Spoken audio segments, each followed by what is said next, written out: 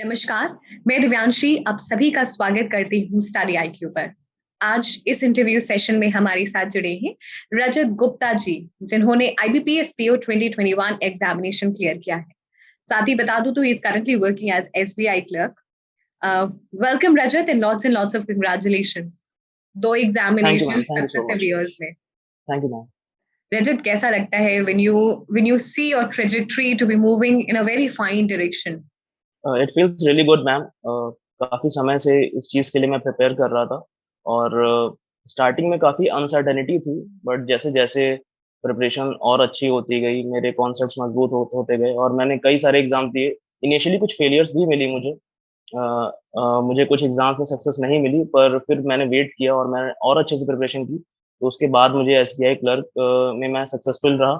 उसके बाद साथ ही साथ मैं आईबीपीएस पीओ में भी उसके बाद सक्सेसफुल रहा। तो it is a very gradual process और धीमे-धीमे मैंने इस चीज़ के लिए तैयारी की और आखिरकार मैं सफल रहा। रजत, थोड़ा सा अपने बारे में बताएं। अ, मैम, मैं उत्तर प्रदेश के हरदोई डिस्ट्रिक्ट से बिलॉन्ग करता हूँ। I am a graduate in arts, BA. I have done BA in public policy from Lucknow university. I have also done my post graduation in English from Lucknow university as well. और मैं lockdown के period से ही 2020 के and से ही preparation मैंने start की थी और उसके बाद से मैंने बैंक के एग्ज़ाम दिए। साथ ही साथ मैंने अभी रिसेंट ईयर्स पिछले साल मैंने यूपी पुलिस में सब इंस्पेक्टर का एग्ज़ाम भी दिया था। वो भी मेरा क्लियर हुआ है और उसका अभी फिज़िकल रह गया है, वो भी मैंने क्लियर किया। इसी के साथ बैंक मेरा हमेशा से ही मेरा मन था कि मैं बैंक में काउंटर के उस पार जाके बैठूँ। मैं जब भी बैंक में जाता था तो मुझे ऐसा लगता था कि इतना सारा रश है और इतने सारे लोग जो मतलब अपना काम कराना चाहते हैं, आखिर मैं कैसे इसको अच्छा बना सकता हूँ? तो मेरे मन में हमेशा से ही था कि काश मैं काउंटर के उस पार होता और मैं इस चीज़ को और अच्छे से कर पाता और अच्छे से सारी चीज़ें हैंडल करता। तो ये हमेशा से मेरा मन था और फाइनली मुझे वो चीज़ मिली, अब मैं वो चीज़ कर रहा हूँ और मैं अपना बेस्ट देने की कोशिश कर रहा हूँ कि मैं कैसे लोगों को अच्छे से डील करूँ, कैसे अपना बेस्ट दे पाऊँ, लोगों को सर्विस दे पाऊँ। रजत, जब एक बार मन बना लिया कि बैंक की तरफ आना है, you have done a very very beautiful graduation BA in public policy. It's a very aspirational course nowadays. और फिर जब बैंक की तरफ आए तो what was the trigger point? Uh, जब मैंने आर्ट्स कर रहा था, मैं बीए कर रहा था, तो ऐसा कुछ स्पेसिफिकली होता नहीं है आर्ट्स वालों के लिए कि आपको इस फील्ड में जाना है, ऐसा कुछ है। तो कॉम्पिटिशन के लिए मैंने सोचा कि मैं कॉम्पिटिटिव एग्ज़ाम देता हूँ, गवर्नमेंट जॉब की तरफ मूव करता हूँ और मैंने एसएससी सीजीएल के बारे में भी सोचा था, मैंने कुछ दिए भी थे, बट 2017 के बाद से ही वहाँ पे काफ़ी डिले हो रहा था, कुछ एग्ज़ाम्स रुक रहे थे, समय ज़्यादा लग रहा था।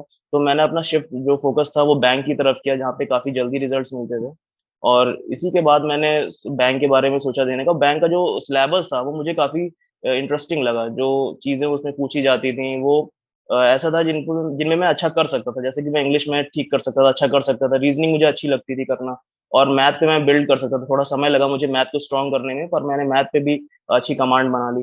तो ये सब चीज़ें मुझे बैंक एग्ज़ाम्स के लिए के में देखने में अच्छी लगी, इसीलिए मैंने सोचा कि bank is the best thing for me right now to do और उसी के साथ मैंने जो है प्रिपरेशन की और फाइनली मुझे एसबीआई क्लर्क और आईबीपीएस पीओ में सिलेक्शन मिला।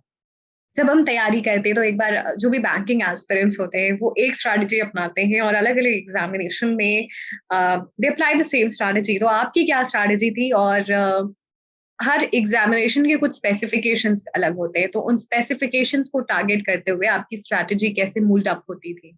मेरा हमेशा से यही मानना था कि अगर आप किसी भी चीज़ के लिए तैयारी कर रहे हैं, प्रिपरेशन कर रहे हैं, बी इट एग्ज़ाम और बी इट एनीथिंग एल्स, तो सबसे इम्पोर्टेंट चीज़ जो होती है, वो होती है आपकी प्लानिंग। आप जैसे कि अब्राहम लिंकन ने भी कहा है कि उनके पास अगर पेड़ को काटने के लिए कोई समय है, तो वो अपने अपने जितना भी समय है उनके पास, वो ज़्यादातर टाइम अपनी एक्स को शार्प करने में डिवोट करेंगे और बाकी का समय वो पेड़ काटने में करेंगे। तो वैसे ही हम लोग की रियल लाइफ़ में भी वो अप्लाई होता है कि अगर आप किसी मंज़िल को पाना चाहते हैं, तो उससे ज़्यादा ज़रूरी सबसे ज़्यादा ज़रूरी है कि आपकी प्लानिंग बहुत स्ट्रॉन्ग हो। आप इतनी अच्छी प्लानिंग करें कि आपको किसी भी चीज़ को सोचना ना पड़े आगे जाके कि मुझे कब क्या करना है। तो वैसे ही मैंने अपनी प्लानिंग को अच्छा खासा टाइम डिवोट किया। मैंने सोचा कि मुझे अगर बैंक की प्रिपरेशन करनी है, तो मेरे क्या वीक पॉइंट्स हैं, मेरे क्या स्ट्रॉन्ग पॉइंट्स हैं, किन सब्जेक्ट्स पे मुझे ज़्यादा टाइम देना है, किन सब्जेक्ट्स को मुझे कम टाइम देना है। वो सभी मैंने बैठ के पहले प्लान किया, मैंने कई दिनों तक सोचा, मुझे कहाँ से क्या पढ़ना है, कैसे पढ़ना है, कितना टाइम देना है, कौन से मॉक्स लगाने हैं। ये सारे मैंने एक अच्छा खासा टाइम दे के मैंने प्लान किया इनफैक्ट मैंने टाइम स्टैम्प्स बना के लिख के किया कि इस समय तक मेरा ये हो जाना चाहिए, इस मंथ में मेरा ये हो जाना चाहिए, एग्जाम की डेट्स प्रॉब्ली इस समय आएंगी तो तब तक मेरे इतने मार्क्स हो जाएंगे। तो ये सब चीजें मैंने प्लान की थी और उसके बाद चीजें काफी आसान हो जाती है। Once you have done the planning then it's really a cake walk. If you have done the planning then it is. So मैंने प्लान किया, उसके बाद फिर मैंने धीमे धीमे सब्जेक्ट्स उठाए। जैसे बैंक में क्वांट, रीजनिंग और इंग्लिश तीन मेजर सब्जेक्ट्स होते हैं, उसके बाद जीए भी बहुत ही मेजर होती है। तो मैं क्वांट्स और रीजनिंग को डेली बेसिस पे कर रहा था और इंग्लिश को मॉक्स के थ्रू ही लगा रहा था, और साथ ही साथ जीए को मैं डे टू डे बेसिस पे पढ़ता जा रहा था। इसी तरह जैसे जैसे मेरा टाइम बीतता गया, मेरे क्वांट के कॉन्सेप्ट्स मजबूत होते गए। मैंने जो भी मेजर टॉपिक्स होते हैं, जैसे कि परसेंटेज हो गया, रेशियो प्रोपोर्शन हो गया, एवरेज हो गया, सीआई एसआई सीआई हो गया, ये सब मैंने स्टार्टिंग में देख लिया और साथ ही साथ मैंने मॉक्स लगाना मतलब जारी रखा। तो धीमे धीमे करके मेरे जैसे कॉन्सेप्ट मजबूत हो गए होते गए, मेरे मॉक में परसेंटाइल बढ़ता गया और उसके बाद मैंने जो है अच्छे स्कोर के साथ जो है पहले प्रीलिम्स क्लियर किया, फिर मेंस। रजत, आपने क्लर्क एग्जामिनेशन भी क्लियर किया है और पीओ एग्जामिनेशन भी क्लियर किया है, आपको स्पेसिफिकेशंस दोनों की पता है, तो क्या डिफरेंसेस आ जाते हैं क्लर्क और पीओ एग्जामिनेशन में, क्योंकि पैटर्न प्री और मेंस का मोर और लेस सेम रहता है। जैसे कि पीओ और क्लर्क में हम डिफरेंस की बात करें अगर, तो जो क्वेश्चंस का लेवल होता है वो थोड़ा सा हाई रहता है पीओ में, और क्वेश्चंस का जो मेंस का पैटर्न होता है प्री से वो काफी डिफरेंट होता है। प्री में आपकी स्पीड को बेसिकली चेक किया जाता है, चाहे वो क्लर्क हो चाहे पीओ हो, दोनों में आपकी स्पीड को चेक किया जाएगा। अगर आप बेसिक कॉन्सेप्ट्स बड़े बड़े टॉपिक्स के नहीं भी जानते हैं तब भी आप, अगर आपकी स्पीड अच्छी है और एक्यूरेसी है, तो आप प्री निकाल सकते हैं। But mains is an entirely different thing. वहां पे आपको कॉन्सेप्ट्स बहुत जरूरी है आना। जैसा कि आप क्लर्क की बात करें तो क्लर्क में आपके अगर बेसिक टॉपिक्स पता है, जैसे कि परसेंटेज हो गया, एवरेज हो गया, रेशियो एंड प्रोपोर्शन हो गया, अगर आपको ये टॉपिक्स अच्छे से आते हैं तो आप क्वांट्स के सेक्शन में, क्लर्क में आप बिना अलजेब्रा को अप्रोच किए भी कर सकते हैं। But that's not the case with PO. PO में आपको अलजेब्रा के टॉपिक्स के बेसिक्स भी आने चाहिए, क्योंकि वहाँ जो क्वांट्स के सेक्शन में डीआई होती है वो अलजेब्रा पे बेस्ड होती हैं। इसलिए आपको एक पूरे सिलेबस पे अच्छी पकड़ होनी चाहिए, तब आप पीओ को अटेम्प्ट कर सकते हैं। क्लर्क में आप इसको लीव कर सकते हैं, बट पीओ में आपको ये पूरा का पूरा सेक्शन पकड़ के रखना पड़ेगा। रीजनिंग की बात करें अगर हम, तो रीजनिंग में जो पजल्स का लेवल होता है वो पीओ में काफी हाई रहता है as compare to the clerk one. Clerk में पजल्स जो होते हैं वो छोटे होते हैं, मेंस की बात करूँ मैं, बट काफी सारे होते हैं। पर जहाँ पीओ की बात करें, वहाँ के पजल्स में सिंगल पजल में ही अगर आप उलझ गए तो आपका पूरा टाइम एक पजल में ही जा सकता है। तो puzzles are quite complex in the PO section as compare to the clerk ones. Same is the case with English.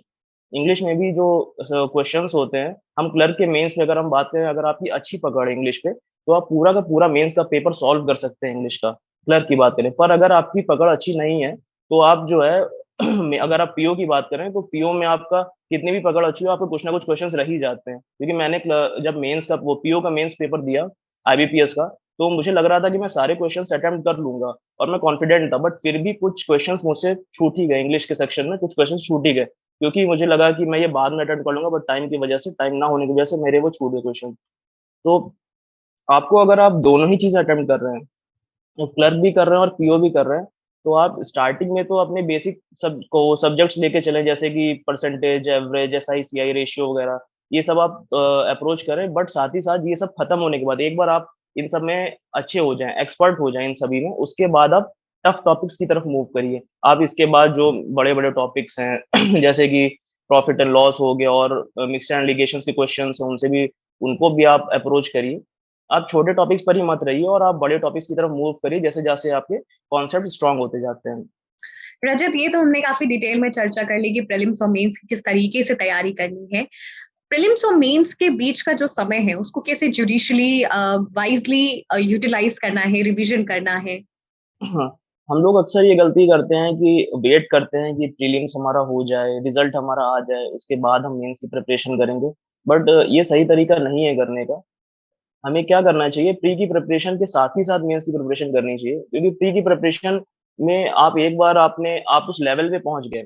Basically competitive exams में क्या है, आपको एक ही सीट लेनी है, आपको सारी सीट नहीं लेनी। बीट क्या, अगर आपके पास 100 सीट्स पे कंपटीशन है, 300 पे है, 3000 पे है, तो उससे फर्क नहीं पड़ता, आपको एक सीट लेनी है। तो आपको एक वो थ्रेशोल्ड लिमिट क्रॉस करनी है कि आप उस कट ऑफ को क्रॉस कर जाएंगे, आपकी उतनी प्रिपरेशन होनी चाहिए। Once you have done that, अगर आपकी उतनी प्रिपरेशन हो गई है, आपने एक बेसिक कट ऑफ आप क्रॉस कर जा रहे हैं, उसके तुरंत बाद से आपको हायर लेवल के क्वेश्चंस अटेम्प्ट करना शुरू कर देना चाहिए। जैसे कि अब अगर कोई बिगिनर भी है, तो उसने अपना प्रिपरेशन स्टार्ट की 1 मंथ में अगर वो प्रिपेयर कर लेता है, कॉन्सेप्ट उसे बिल्डअप हो गए, तो तुरंत उसे मूव कर जाना चाहिए हायर टॉपिक्स पे, जैसे कि बड़े-बड़े पज़ल्स हो गए, बड़ी डीआईज़ हो गई, जो अरिथमेटिक की डीआईज़ हो गई। इनसे डर के नहीं रहना चाहिए कि एक बार मेरा प्री तो क्लियर हो जाए, उसके बाद मैं मेंस का देखूँगा। आप प्रिपरेशन कर रहे हैं, आप मेंस का साथ ही लेके चलिए, क्योंकि अगर आप मेंस की प्रिपरेशन कर रहे हैं, तो प्री की प्रिपरेशन तो ऑटोमैटिकली हो जाएगी। अगर आपने बड़े-बड़े पज़ल्स लगा लिए, तो फिर आप छोटे पज़ल्स तो आप यूँ ही लगा लेंगे। तो इसीलिए प्रिपरेशन के फर्स्ट डे से ही आपको ये मन बना के चलना है कि जैसे ही थोड़ा-सा टाइम बीतेगा, मैं बड़े पज़ल्स और बड़ी डीआई करना शुरू कर दूँगा। उसके बाद आप जैसे प्री का आपका एग्ज़ाम हो जाए, आप ये मत सोचिए कि मेरा रिज़ल्ट आएगा तब मैं सोचूँगा कि हाँ, मेरा निकल गया, मैं मेंस की प्रिपरेशन करूँगा, तो ये बहुत ही गलत अप्रोच रहेगा। प्री का एग्ज़ाम देने के बाद ही आपका जीए पे फ़ोकस बहुत ज़्यादा हो जाना चाहिए, क्योंकि जीए के लिए आप पहले कम टाइम डिवोट करते हैं, अब आपको उतना ही कॉम्पेंसेट करके ज़्यादा टाइम डिवोट करना होगा। और शुरू के साथ ही साथ मॉक्स भी लगाना शुरू कर दीजिए मेंस के ही। जैसे कि मैंने अपने प्री के प्रिपरेशन के बाद मैंने मेंस के मॉक लगाना शुरू कर दिया था। स्टार्टिंग में मैंने ब्रेक डाउन करके मॉक्स को लगाया, 1 घंटा मैथ का, 1 घंटा रीज़निंग का, 1 घंटा इंग्लिश का। फिर मैंने जैसे मेरा फ्लो बन गया, मैंने 3 घंटे के मॉक्स एक साथ लगाए। बैठ के जैसे मैं पूरा-पूरा टाइम ले लेता था, मैं फैमिली में कह देता था कि मुझे 3 घंटे तक डिस्टर्ब मत कीजिएगा, और मैं 3 घंटे बैठ के मॉक्स देता था। ये स्टार्टिंग मुझे थोड़ा प्रॉब्लम हुई, बट फिर मुझे आदत पड़ गई इस चीज़ की, और फिर मैंने देखा कि ये चीज़ मुझे काफ़ी फ़ायदा करी मेन एग्ज़ाम में। जब मैं बैठा था तो मुझे वहाँ पे थकान नहीं लगी कि हाँ, अब टाइम बहुत हो रहा है, क्वेश्चन्स नहीं लग रहे हैं, ऐसा मेरे साथ कोई प्रॉब्लम नहीं हुई मेंस में। और ये चीज़ है कि आप मेंस की प्रिपरेशन स्टार्टिंग से ही करिए, और मेंस अगर आपका अच्छा प्रिपेयर है, तो आप नो डाउट आपका प्री तो क्लियर हो ही जाएगा, उसमें आप कोई प्रॉब्लम नहीं होगी। रजत, किस तरीके से स्टडी आईक्यू आपकी जर्नी में साथ रहा है? स्टडी आईक्यू की वीडियोज़ मैं काफ़ी पहले से देख रहा था, और जो बेसिक टॉपिक्स पे वीडियोज़ बनाते हैं स्टडी आईक्यू की टीम, वो मैं काफ़ी सारे देखता था। साथ ही साथ जो हमारे जीए सेक्शन है, जो हमारे बैंकिंग में बहुत इंपॉर्टेंट रोल प्ले करता है मेंस में जीए सेक्शन, उसके लिए मैं गौरव गर्ग सर का स्टडी आईक्यू का बैंकिंग अवेयरनेस लेक्चर के वीडियोज़ देखता था। जैसे कि सर 300 बेस्ट क्वेश्चन्स के वीडियोज़ डालते हैं, साथ ही साथ वो बैंकिंग अवेयरनेस की अलग से वीडियो बना के डालते हैं। तो हमारे एग्ज़ाम में बैंकिंग अवेयरनेस से काफ़ी सारे क्वेश्चन पूछे गए। जब मैं एग्ज़ाम से बाहर निकल के आया, तो काफ़ी लोग पज़ल्ड थे कि मतलब जो जीए आई है, वो बहुत ही अलग आई है। पहले ऐसी जीए देखने को नहीं मिली है। नवंबर मंथ से सारी की सारी जीए आ गई, दिसंबर मंथ से सारी की सारी जीए आ गई, कुछ अक्टूबर से भी सारी जीए आई थी। बट ये देख के मैं थोड़ा-सा शॉक्ड हुआ, क्योंकि मैंने बैंकिंग अवेयरनेस की जब वीडियोज़ देखी थी सर की, तो सर ने कॉन्सेप्ट वाइज़ डिटेल में चर्चा की थी इस बारे में। और मुझे कोई ऐसा नहीं लगा कि कुछ नई चीज़ आ गई है।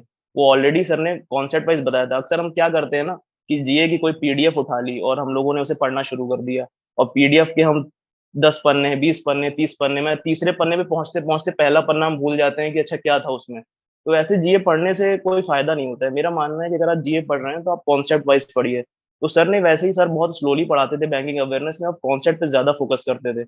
वो कहते थे कि अगर आप एक बार कॉन्सेप्ट समझ गए, तो क्वेश्चन कैसा भी आ जाए इस पे आप लगा सकते हो। वो चीज़ रियली हेल्पफुल रही एग्ज़ाम के टाइम में। अब उसके बाद रियलाइज़ हो रहा है मुझे कि हाँ, कॉन्सेप्ट पढ़ने से अभी भी मुझे कॉन्सेप्ट समझ में आता है। मुझे पता है कि ये इस चीज़ का मतलब ये है, आरआर का मतलब ये है, सीआरआर का मतलब ये है, इतना परसेंटेज इस चीज़ का है, इतना परसेंटेज उस चीज़ का है। तो ये चीज़ मुझे अभी भी ध्यान में आती है, और ये चीज़ मेरे सारे एग्ज़ाम्स में जीए में बहुत हेल्पफुल रही। आजकल इतना फ्री कंटेंट अवेलेबल है, मैं समझना चाहती हूँ why did you paid for Gaurav sir के कोर्स को? फ्री कंटेंट हमारे पास बहुत सारा अवेलेबल है इस समय, और ये एक ये हम कह सकते हैं, ये एक वरदान के साथ-साथ अभिशाप भी है। इतना सारा फ्री कंटेंट हमारे पास अवेलेबल है, तो अक्सर लोग जो हैं वो स्टार्ट कर रहे हैं अपनी प्रिपरेशन, वो काफ़ी कन्फ्यूज़ हो जाते हैं कि आखिर हम प्रिपेयर करें तो करें कहाँ से? और जिसे नहीं पता है वो अक्सर गलत डायरेक्शन में प्रिपरेशन करने लगता है, किसी गलत सोर्स को उठा लेता है, और उसकी प्रिपरेशन का अच्छा खासा टाइम उसी में चला जाता है। गौरव गर्ग सर का अगर कोई भी जीए में बेस्ट कोई प्रोवाइड करता है जीए सेक्शन के लिए, तो मुझे वो लगता है गौरव गर्ग सर ही प्रोवाइड करते हैं। क्योंकि उनके जो लेक्चर होते हैं वो काफ़ी कॉन्साइज़ होते हैं, टू द पॉइंट होते हैं। उसमें ये नहीं है कि आप कोई भी चीज़ मिसगाइड होके वो पढ़ा रहे हैं, वो बिल्कुल टू द पॉइंट पढ़ाते हैं और काम की चीज़ पढ़ाते हैं। ख़ास तौर पे हम लोग के लिए जो बैंकिंग अवेयरनेस सर निकालते हैं अपना, हर मंथ में वो 2 वीडियोज़ ही निकालते हैं, पर वो 2 वीडियोज़ ऐसी होती हैं कि आप बस उन्हीं को पढ़ लीजिए। तो आपका सारा का सारा महीने भर का जीए पूरा हो जाएगा। लोग क्या करते हैं, कई सारी वीडियोज़ देखते हैं, 1-1 मंथ की 4-4, 8-8 वीडियोज़ देखते हैं, वो उतनी देखने की ज़रूरत नहीं है। अगर किसी कोई भी इंसान सर के वो 2 वीडियोस देख ले बैंकिंग अवेयरनेस के, तो बैंक की जीए उससे बाहर नहीं आती है। ना आपको पीडीएफ पढ़ने की ज़रूरत है, ना किसी वीडियो लेक्चर देखने की ज़रूरत है। बस आप वो 2 वीडियोस देख लीजिए और आपका काम हो जाएगा। तो बाकी तो फ्री कंटेंट बहुत है, बट फ्री कंटेंट से आप से आप मिसगाइड ज़्यादा हो सकते हैं एज़ कम्पेयर टू सक्सेसफुल। आपको ज़रूरत है कि आप सही सोर्स चुनें और जल्दी से जल्दी आप थोड़ा-सा टाइम लीजिए सही सोर्स को पिक करने में। मेरा मानना है मैंने अपनी प्रिपरेशन के स्टार्टिंग में भी यही किया था। मैंने थोड़ा-सा टाइम लिया ये जज करने के लिए मेरे लिए क्या सही है, और once I have done that मैंने उसके बाद वो टॉपिक, वो सोर्स चुन लिया और उसके बाद मैंने रिगorously उसी को फ़ॉलो किया। मैंने ये नहीं कि फिर बीच में मैं कहीं और छोड़ के कहीं और जा रहा हूँ, फिर मैंने कुछ और पिकअप कर रहा हूँ। मैंने स्टार्टिंग में डिसाइड कर लिया कि मुझे यहाँ से पढ़ना है, और उसके बाद फिर मैंने वही सोर्स पूरे साल भर फ़ॉलो किया और वो मुझे वाक़ई में हेल्पफुल रहा मेरे लिए। Rajat, we are glad we could be a part of your success story. Interview से रिलेटेड कोई ऐसा वाकया जो आप हम सभी के साथ शेयर करना चाहेंगे? अ, हाँ, मेरा इंटरव्यू 26 ऑफ फ़रवरी को था लखनऊ में, और आईबीपीएस पीओ का। तो मेरा सबसे लास्ट में इंटरव्यू था, मेरा बैच 3rd था और शाम का समय था, और सबसे लास्ट में सिर्फ़ 2 ही बच्चे बचे थे, जिसमें सेकंड लास्ट मैं था जिसका इंटरव्यू था। और मुझे ऐसा लग रहा था कि जो पैनल है वो ऑलरेडी काफ़ी बोर्ड हो चुका होगा इंटरव्यूज़ लेते-लेते। मुझे नहीं पता कि कितना टाइम मेरा इंटरव्यू चलेगा, छोटा निपटा देंगे, और मुझे काफ़ी मतलब डिप्रेस्ड सा फ़ील हो रहा था कि अब आखिरी में है तो कहीं इसका नेगेटिव इम्पैक्ट ना पड़े। इंटरव्यू अंदर जाते ही मैं एक्चुअली मैं नॉक नहीं किया, उन्होंने कहा कि कम इन रजत, और मैं डायरेक्ट चला गया। तो उस चीज़ के को सोच के मेरा और थोड़ा-सा वो हो गया, मतलब मूड ऑफ हो गया कि कहीं ऐसा ना हो कुछ गलत हो जाए इम्पैक्ट। फिर भी मैंने ऐसा किया, उस चीज़ को मैंने कॉम्पेंसेट किया अपनी वॉइस को और ज़्यादा काम बना के। मैंने सोचा कि ठीक है, जो भी हुआ सो हुआ, बट अब let's focus on the present right now. तो उसके बाद उन्होंने क्वेश्चन्स पूछना शुरू किया, उसके बाद मैंने एक और गलती कर दी कि मुझे सभी को, मैं चाह रहा था कि मैं सभी को देखूँ। इंटरव्यू के क्वेश्चंस देते टाइम मैं सभी को देखूँ, पर जो भी मुझसे क्वेश्चन पूछ रहा था, मैं सिर्फ़ उसी पे देख रहा था, मैंने और किसी की तरफ देखा ही नहीं। तो ये गलती भी मैं चाहूँगा कि और कोई ना करे। अगर कोई आपसे क्वेश्चन पूछता है, तो आप ज़रूर स्टार्टिंग में उनकी तरफ देखें, बट बीच में आप अपना फ़ोकस थोड़ा-सा शिफ्ट करके बाकी पैनल मेंबर्स की तरफ भी दीजिए। ये गलती मैंने थोड़ी-सी की थी। इसके अलावा जब मैंने उन्हें बताया कि मैं ऑलरेडी एसबीआई क्लर्क में भी वर्क कर रहा हूँ, तो उन्होंने मुझसे पूछा कि एसबीआई क्लर्क में और आईबीपीएस क्लर्क में क्या क्या अंतर है? क्या मतलब डिफरेंस है? तो ये क्वेश्चन मेरा गलत हो गया था, इस वजह से ये मुझे याद है मेरा क्यों गलत हो गया। मैंने कहा कि बेसिक पे सेम रहती है, पर्क्स एंड अलाउंसेस का डिफरेंस होता है एसबीआई क्लर्क और आईबीपीएस क्लर्क में। मैं ये बताना भूल गया उन्हें कि 2 इंक्रीमेंट हमें एक्स्ट्रा मिलते हैं एसबीआई क्लर्क में as compare to the IBPS clerk. और ये मुझसे कुछ गलतियाँ हुई, बाकी क्वेश्चन्स मेरे ठीक गए थे। एप्रोक्सिमेटली 5 टू 8 मिनट्स चला था मेरा इंटरव्यू, और उस 5 टू 8 मिनट्स में मैंने यही 2 क्वेश्चन्स मेरे गलत हुए थे। उन्होंने मुझसे रिटेल लेंडिंग के बारे में पूछा, जो मुझे उस समय पता थी, बट मैं नर्वसनेस की वजह से नहीं बता पाया उन्हें। बाकी मैंने क्वेश्चन्स का सही जवाब दिया। उन्होंने हाँ, आखिरी में मुझसे उन्होंने पूछा कि आप अपनी 2 स्ट्रेंथ्स बताइए मुझे। तो मैंने उन्हें कहा कि मैं किसी भी सिचुएशन में अपने आप को काम रख सकता हूँ, कैसी भी सिचुएशन हो, मैं उसे आराम से डील कर लेता हूँ बिना टेंशन में आए। और दूसरी मैंने उन्हें बताया कि कोई भी चैलेंज खत्म होने के बाद मैं रुकता नहीं हूँ, दूसरे चैलेंज को तुरंत पिकअप करता हूँ, मुझे नए-नए चैलेंजेस लेना पसंद है। तो ये एंडिंग थी मेरे इंटरव्यू की। I think maybe they liked that और something that helped me in getting the job. Rajat, हमने आपके इंटरव्यू एक्सपीरियंस और आपकी पूरी जर्नी से बहुत कुछ जाना है। मैं फाइनली आपसे चाहती हूँ ऐसी कोई 3 क्वालिटीज़ जो आपको लगता है that helped you sail through the examination? जो ए एक चीज़ जो बहुत ही इम्पोर्टेंट है एग्ज़ाम की प्रिपरेशन में, वो है आपकी हिम्मत ना हारना। जो सबसे पहली चीज़ जो मैं कहूँगा, हिम्मत ना हारना। अक्सर स्टार्टिंग में लगता है कि ये इतना बड़ा टास्क है, हम कैसे करेंगे? इतनी बड़ी चीज़ है, अभी तो मेरी प्रिपरेशन भी नहीं है। सेम चीज़ मेरे साथ भी थी जब मैंने फॉर्म भरा था, तो मुझे लगता था कि होना तो है नहीं ये, बस भर देता हूँ कैसे भी करना, अभी मेरी प्रिपरेशन नहीं हुई। बट जैसे-जैसे टाइम पास हुआ, मैंने हिम्मत हिम्मत बाँधे रखा मैं, और मैं धीमे-धीमे प्रिपरेशन करता गया, step by step, one by one, one task at a time, और फाइनली ये मुझे मिला। तो हिम्मत रखना बहुत ज़रूरी है। वो इस मायने में भी, क्योंकि जब एग्ज़ाम होता है, तो एग्ज़ाम के टाइम में आप अक्सर डिमोटिवेट हो जाएँगे टफ क्वेश्चन्स को देख के। तो ज़रूरी है कि आप हिम्मत रखें, उसको स्किप करें, नेक्स्ट चीज़ पे आएँ और उसको अटेम्प्ट करें। अगर वो भी टफ है, तो उसको भी स्किप करें और नेक्स्ट पे आएँ, उसको अटेम्प्ट करें। इस तरह से आप अटेम्प्ट करेंगे, तो आपका एग्ज़ाम ज़रूर निकलेगा। सेकंड चीज़ जो मैं कहूँगा लोगों को कि जिसे फ़ॉलो करनी चाहिए, वो होती है ह्यूमिलिटी। ये ह्यूमिलिटी मैं क्यों कह रहा हूँ, इसलिए क्योंकि प्रैक्टिकली ये हमें बहुत काम आती है। अक्सर हम क्या करते हैं जैसा हम प्रिपरेशन के टाइम में हमें थोड़ा-सा समय मिलता है कहीं बाहर जाने का, और उस समय में अगर हमें हमारा किसी से आर्गुमेंट हो गया, कुछ किसी से बहस हो गई, ऐसा कुछ हो गया, तो वो हमें अफ़ेक्ट करता है हमारी प्रिपरेशन में। अब उस वापस लौट के आप फिर से कोई दूसरा मॉक लगाएँगे, कुछ करेंगे, तो वो आपको कहीं न कहीं हॉन्ट करेगा कि अच्छा ऐसा हो गया मेरे साथ। अगर आप हम्बल हैं, तो फिर आपको कोई भी प्रॉब्लम नहीं होगी और आप कभी भी ऐसे आर्गुमेंट से पड़ेंगे ही नहीं। तो मैं कहूँगा कि ह्यूमिलिटी आपको बहुत हेल्प करेगी आपके प्रिपरेशन में। थर्ड ये है कि कंसिस्टेंट रहिए आप। कंसिस्टेंट नहीं रहेंगे तो फिर एग्ज़ाम बहुत मुश्किल हो जाएगा। अगर if you are consistent then अगर आप 1 घंटे भी पढ़ रहे हैं ना, तो भी आपको वो लॉन्ग रन में बहुत हेल्प करेगा। तो थर्ड चीज़ जो मैं बोलूँगा वो कंसिस्टेंसी बहुत इम्पोर्टेंट है। अगर आप कंसिस्टेंट हैं तो definitely you are going to achieve success. Thank you so much Rajat for joining us in this interview session. पूरी टीम की तरफ से ढेर सारी शुभकामनाएं। Thank you. Thank you.